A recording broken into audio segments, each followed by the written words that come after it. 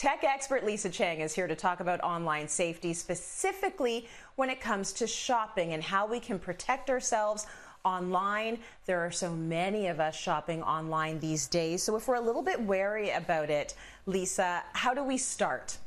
Well, first and foremost, how do you not jump into the online shopping world? The deals are so great, and it seems like we're offered a sale each and every time we turn our phones on, get an email, go online. So what I want you to do first and foremost is check out the domains. Check out the retailers that you're shopping with.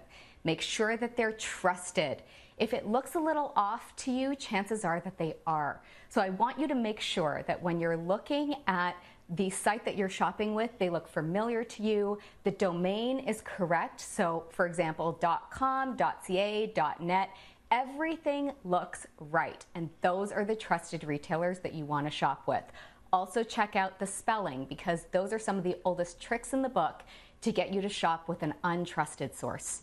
Okay, so now you figured out it looks like a reputable site. What else are you looking for when shopping online? Again, you want to look at the address bar that you're shopping with. And what I specifically want you to look for is something called a lock, specifically an SSL lock. And what that stands for is a secure socket layer. If you go onto the site, what you're going to see is the domain starting with HTTPS.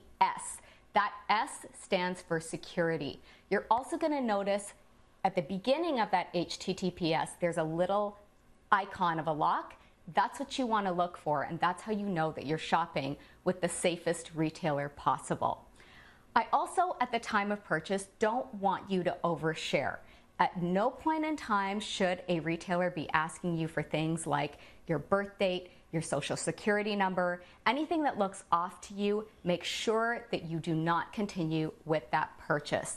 If the deal also looks too good to be true, chances are that it is, so beware of that as well. Now, sometimes you're given the choice of just automatically saving your credit card information, and you think, well, I come here all the time. Why don't I just save it? Then I don't have to go to my wallet and pull out my card every time. Is it okay? Is it safe to do that? Absolutely not. I know it's tempting to do that.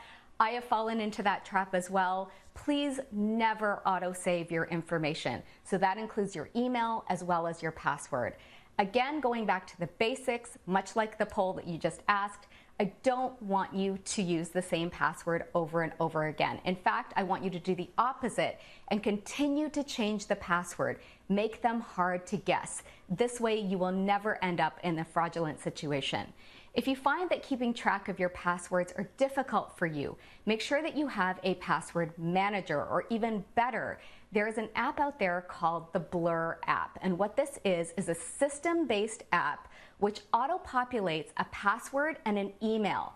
So it's not your actual password in your email, it will auto-populate a different one each and every time. So at the time of purchase, it becomes easy for you to just go in, purchase what you need. Your information is never saved between yourself and the retailer. So once again, it adds an extra layer of protection for not only your passwords, but your personal information, and more importantly, your privacy. Again, I want you to stay on top of things. Check your credit card statements regularly. And with the benefit of online banking, you can do that at any point in time.